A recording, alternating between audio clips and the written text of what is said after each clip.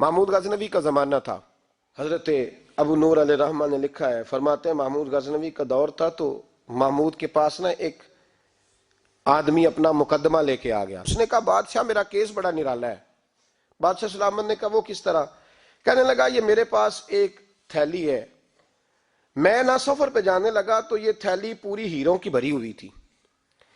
فلاں علاقے کے جو قاضی صاحب ہیں نا، میں جاتی دفعہ میں کہیں سفر پہ جا رہا تھا تو میں ان کے پاس چھوڑ گیا کہ رستہ لمبا ہے، کہیں کوئی مجھ سے چھین نہ لے، ہیروں کی بھری ہوئی تھی. کچھ دنوں کے بعد میں واپس آیا ہوں، قاضی صاحب نے مجھے تھیلی واپس کی ہے تو اس میں ہیروں کی بجائے کھوٹے سکے نکلے. اب میں نے قاضی صاحب سے کہا ہے تو قاضی صاحب تو میرے گریبان تک آتے ہیں، وہ کہتے ہیں بتا کہیں سے پھٹی ہے، کھلی ہے؟ وہ جس طرح ٹانکے لگا کے تو نے سی تھی اسی طرح لگے ہوئے ہیں کہ نہیں؟ تو حضور لگے بھی بالکل اسی طرح ہے، نہ پھٹی ہے نہ کھلی ہے. اب میں لٹ گیا ہوں، میری کل عمر کی کمائی ضائع ہو گئی، کھوٹے سکے کہاں اور ہیرے کہاں؟ تو مہربانی کریں اور آپ کی بارگاہ میں اللہ رسول کے نام پر حلف دیتا ہوں کہ میں ہوں بالکل سچا. محمود غزنوی کہنے لگے تو جا، تھیلی چھوڑ جا، اور جب میں تجھے بلاؤں گا پھر دوبارہ آنا. وہ شخص چلا گیا. محمود غزنوی اٹھے، دربار برخاست کیا، لوگوں سے کہنے لگے چلے جاؤ، میں 3 دن کے لیے سیر کرنے جا رہا ہوں، 3 دن کے بعد لوٹوں گا.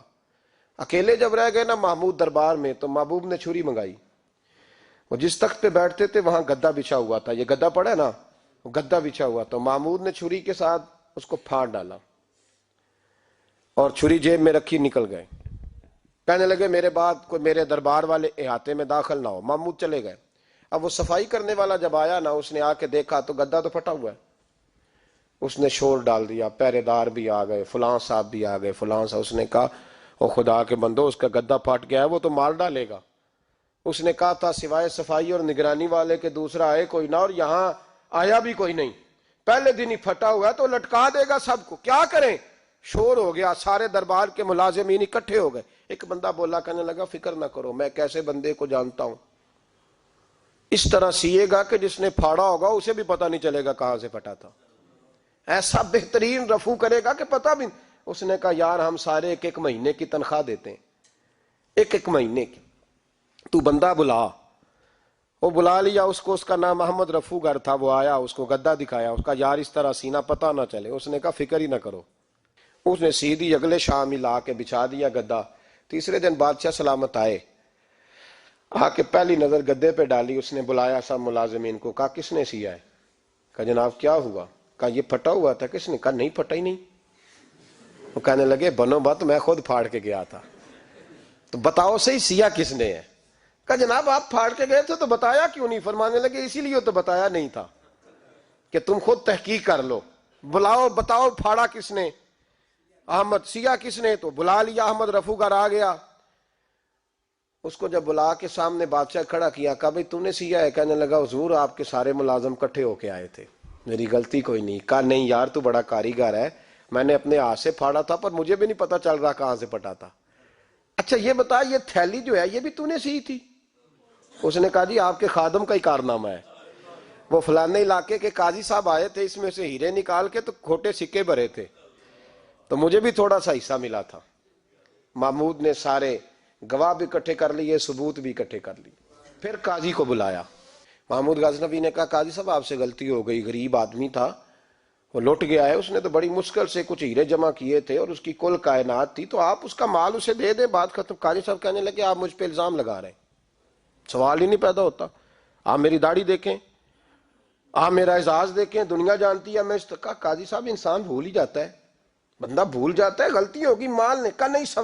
کہا میں تنہائی میں پوچھ رہا ہوں، میں اس وقت پوچھ رہا ہوں جب دوسرا موجود کوئی نہیں. آج توبہ کر لے، میں کچھ نہیں کہوں گا، تو میری زبان پہ اعتبار کر، تجھے پتا ہے میں جو کہتا ہوں اس پہ عمل بھی کرتا ہوں، باز آ جا. پر قاضی نے کہا نہیں میری غلطی کوئی نہیں. محمود نے پھر بڑے دربار میں بلا لیا، مجمع عام میں. مہلت کے دنوں میں جو توبہ کر لے وہ بچ جاتے ہیں، لیکن لوگ رسوائیوں کے دنوں میں پھر واپس لوٹتے ہیں اگلا گھر دیکھ کے، پھر حالات اور طرح کے ہو چکے ہوتے ہیں. جب بھرے دربار میں قاضی کو بلایا، بھائی تو مانتا ہے کہ نہیں؟ اس نے کہا نہیں. تو کہا بلاؤ احمد رفو گر کو. جب احمد رفو گر آیا تو بوڑھے قاضی کی ٹانگیں کانپنے لگی، جملے ٹوٹنے لگے، لفظ زمین پر گرنے لگے، بات صحیح نہیں ہوتی، زبان لڑکھڑانے لگی۔ محمود کہنے لگے قاضی میں نے تجھے کہا تھا وہاں مان جا بات، اب بھرے دربار میں بول۔ تو جب قاضی صاحب کی گردن خود بخود جھک گئی تو دنیا سمجھ گئی، کہا نکل جا میرے دربار سے۔ محمود بولے نکل جا، اتنی تجھے عزت دی، اتنی بڑی تنخواہ دی، قاضی بنایا، اور یہ تھوڑی سی رقم کے لیے، تھوڑی سی رقم کے لیے تو بددیانت ہو گیا، چل چلا جا، نکل۔ قاضی دربار سے نکلا تو لوگ لعنتیں برسانے لگے۔ کل جو دکانیں چھوڑ کے سلوٹ کرنے آتے تھے وہ کہنے لگے اس کی عمر دیکھو، اس کے کام دیکھو، دیکھو اس نے کیا کیا۔ گھر گیا، بچے جن کے لیے پاپ کمایا تھا، جنہاں لی تو پاپ کمائے ہن کتھے نہیں ہو تیرے کر دے، وہ بچے کہنے لگے ابا جی ہم تو سکول مدرسہ جانے کے قابل نہیں رہے، لوگ پوچھیں گے تو کیا امید تھی کہ بیوی ساتھ دے گی۔ وہ کہنے لگی میں میکے کیسے جاؤں گی، گلی کی عورتیں طرح طرح کی باتیں بناتی ہیں۔ اور بھائی کامیابیوں کے بڑے سربراہ ہوتے ہیں، کوئی کامیاب ہو جائے تو سارے کہتے ہیں میری سپورٹ سے ہوا ہے، ناکامیاں ہمیشہ یتیم ہوتی ہیں، ناکامیوں کا کوئی سربراہ نہیں ہوتا۔ جب تک تو قاضی تھا تو بڑے بات تھی، ہر بندہ کہتا تھا رشتہ دار ہے، رسوائی ہو گئی تو وہ تیری آنکھ ہو یا سنگ ملامت کی چبھن، کون پہنچا ہے میرے درد کی گہرائی تک، دور شہرت میں تو یاروں نے کیا یاد بہت، ساتھ آیا نہ کوئی کوچے رسوائی تک۔ اور میاں صاحب کہنے لگے ساری عمر ہی آٹا گد ہے، میں لکھاں کیتے نہیں پیڑے، اب وقت آیا ہی تے محمد بخشا کوئی نہیں ہوں بیٹھا نیڑے، حالات ہی بدل گئے۔ قاضی خاموشی سے اندر چلا گیا، اپنی رسوائی سمیٹ کے بستر پہ لیٹا، نہ روٹی کی بھوک لگی، نہ پانی کی پیاس لگی، نہ نیند آئی، ساری رات تڑپتا رہا۔ سویرے گھر والوں نے دروازہ کھولا تو روح پرواز کر گئی تھی، دنیا چھوڑ گیا۔ حضرت ابو نور علیہ رحمہ بولے، فرمانے لگے یاد رکھو کبھی بددیانتی نہ کرنا، کبھی، یہ تو محمود غزنوی کی عدالت